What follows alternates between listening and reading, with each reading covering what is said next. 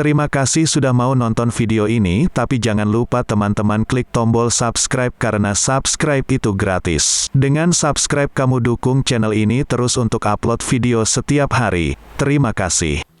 Assalamualaikum warahmatullahi wabarakatuh. Selamat datang di Kisah Sirah Nabawi Channel. Selamat datang kepada para pecinta sholawat. Di video kali ini kita akan menceritakan tentang kisah Imam Syafi'i yang jenius yang wafat pada tahun 204 Hijriah. Dikisahkan bahwa sebagian ulama terkemuka di Irak iri kepada Imam Syafi'i rahmatullah alaih. Mereka membuat tipu daya kepadanya lantaran beliau lebih unggul dari mereka dari segi ilmu dan hikmah. Imam Syafi'i rahmatullah alaih mendapatkan hati para pencari ilmu pengetahuan sehingga mereka hanya berminat dengan majelis pengajian beliau. Mereka hanya mau tunduk dengan pendapat dan ilmu beliau. Oleh karena itulah para ulama yang iri terhadap Imam Syafi'i rahmatullah alaih membuat kesepakatan di antara mereka untuk memberikan pertanyaan-pertanyaan yang rumit dalam bentuk teka-teki, sehingga mereka dapat menguji kecerdasan beliau, seberapa mendalam dan seberapa matang ilmu beliau di hadapan Khalifah Harun ar-Rasyid yang sangat kagum dengan beliau dan sering memuji beliau. Setelah mereka selesai membuat pertanyaan-pertanyaan, mereka menyampaikan pada Khalifah yang ikut hadir dalam diskusi dan mendengarkan pertanyaan-pertanyaan yang dapat dijawab oleh Imam Syafi'i rahmatullah alaih dengan penuh kecerdasan dan kefasihan. Soal pertama, bagaimana pendapatmu tentang seseorang yang menyembelih kambing di rumahnya, kemudian dia keluar untuk suatu keperluan, lalu dia kembali lagi, lantas dia berkata kepada keluarganya, makanlah kambing ini, sungguh kambing ini haram bagiku. Keluarga pun berkata, demikian juga haram bagi kami. Jawab yang pertama, sesungguhnya laki-laki tersebut orang musyrik. Dia menyembelih kambing atas nama berhala, lalu dia keluar dari rumahnya untuk suatu keperluan, dan ternyata Allah SWT memberi hidayah kepadanya untuk memeluk agama Islam sehingga dia masuk Islam, maka kambing tersebut haram baginya. Ketika para keluarganya tahu bahwa lelaki tersebut masuk Islam, maka mereka pun ikut masuk Islam.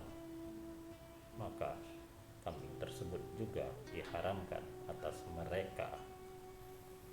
Pertanyaan kedua,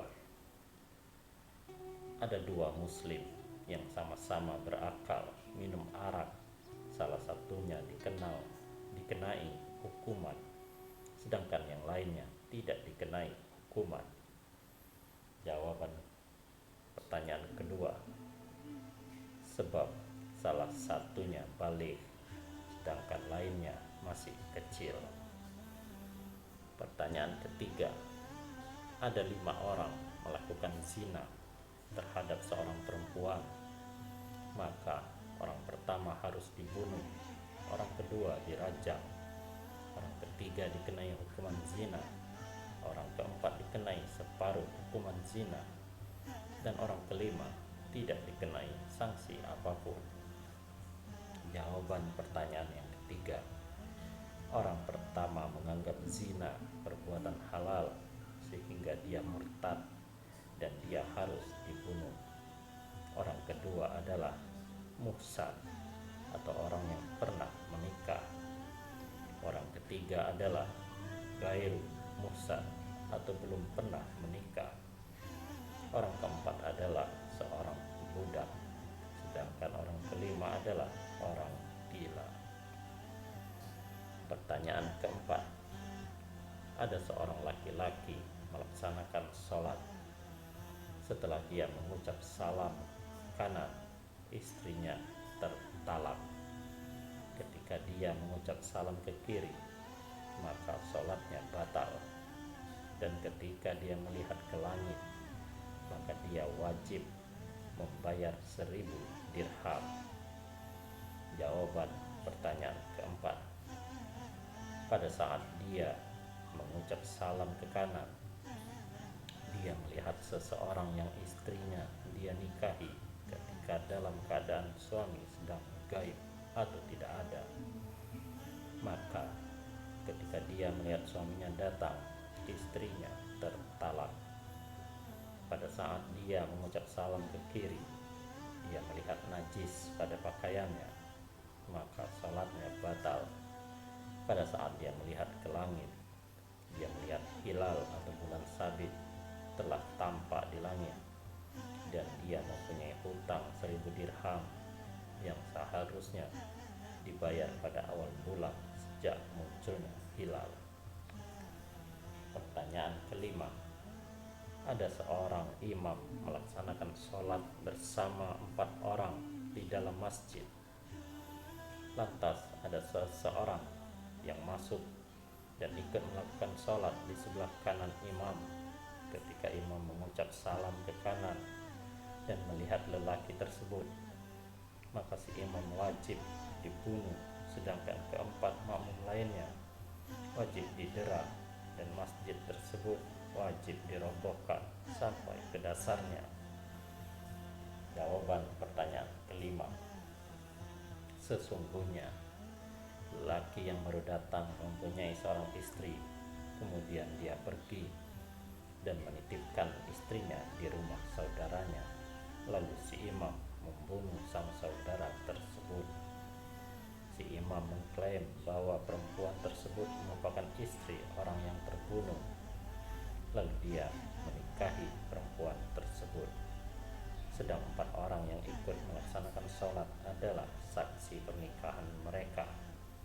Lalu masjid tersebut merupakan rumah orang yang terbunuh yang dijadikan sebagai masjid oleh si imam. Pertanyaan keenam, bagaimana pendapatmu mengenai seseorang yang budaknya kabur, lalu dia berkata, budak tersebut statusnya merdeka jika saya makan sebelum saya menemukannya. Bagaimana solusi dari ucapan tersebut?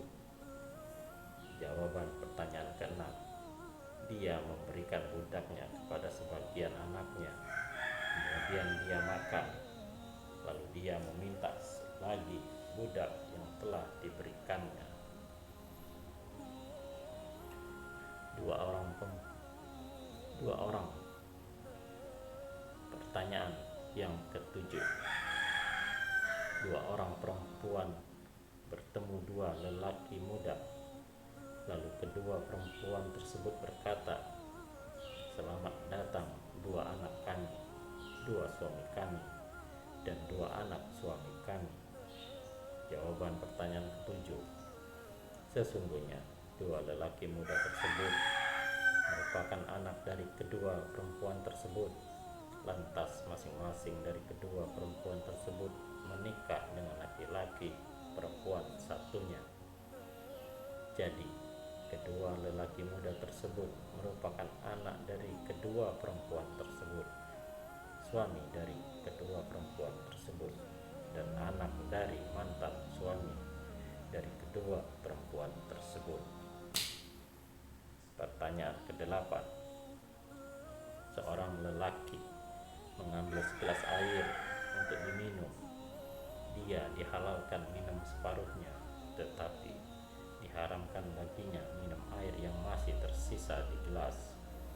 Jawaban pertanyaan ke-8, sesungguhnya lelaki tersebut baru minum separuh gelas, lalu dia mimisan dan menetes pada air yang masih tersisa di dalam gelas, sehingga darah tercampur dengan air. Maka sisa air tersebut diharamkan baginya. Pertanyaan ke-9. Seorang laki-laki memberikan kepada istrinya satu kantong yang terisi penuh dan terkunci.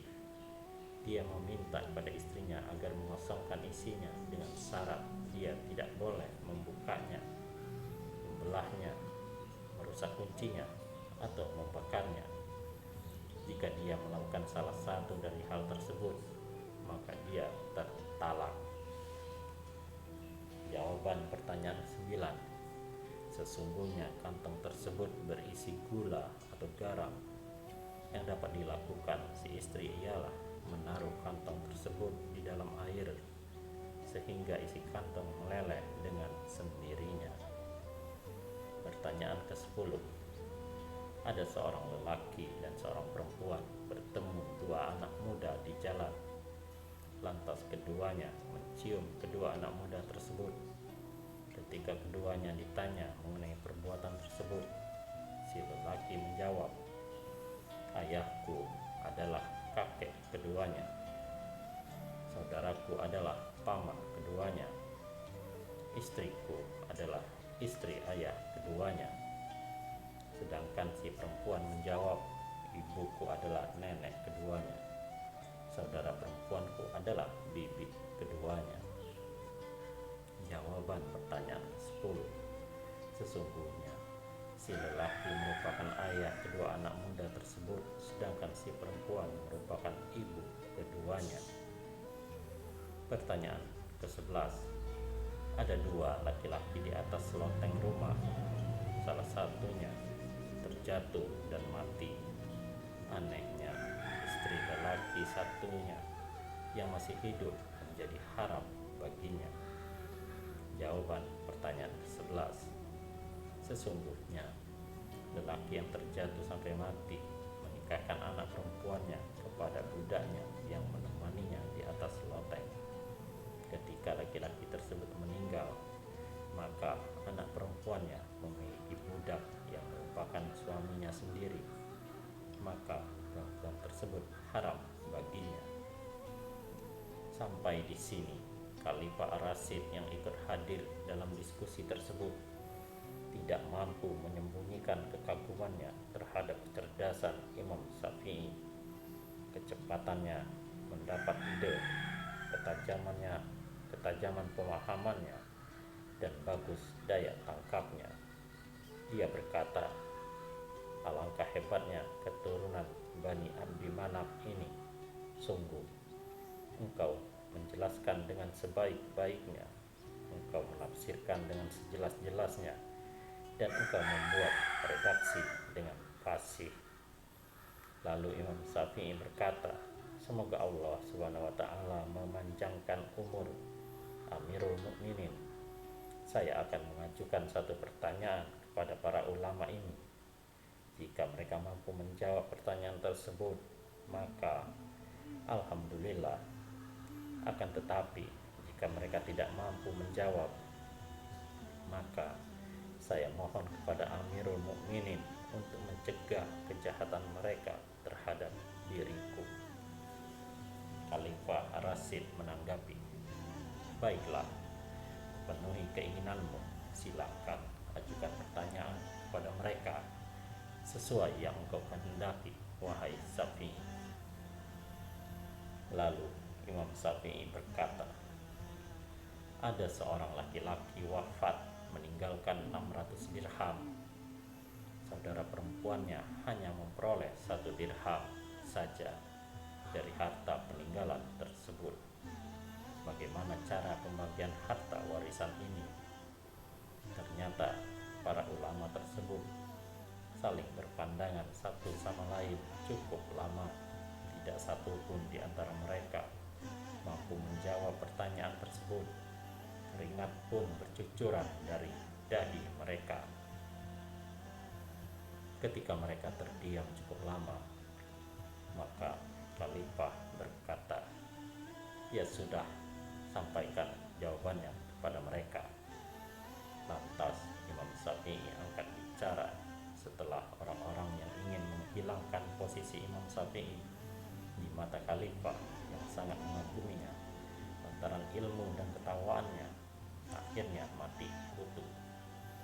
Beliau berkata, laki-laki tersebut wafat meninggalkan 2 orang anak perempuan, ibu, seorang istri, 12 saudara laki-laki, dan seorang saudara perempuan. Jadi 2 anak perempuan mendapat bagian 2/3, yaitu sebesar 400 dirham. Ibu mendapat bagian 1/6, yaitu sebesar 100 dirham. Istri mendapat bagian 1/8, yaitu sebesar 75 dirham. Ke-12 saudara laki-laki mendapat bagian 24 dirham dan tersisa 1 dirham untuk saudara perempuan. Khalifah Ar-Rasyid tersenyum dan berujar, semoga Allah SWT menjadikan banyak keluargaku seperti engkau. Khalifah memberikan 2000 dirham kepada Imam Syafi'i, kemudian Imam Syafi'i menerimanya lalu membagikannya kepada para pelayan dan pembantu istana. Demikianlah kisah yang sangat patut kita teladani ini. Semoga ada manfaatnya. Wallahu a'lam bishawab. Wassalamualaikum warahmatullahi wabarakatuh.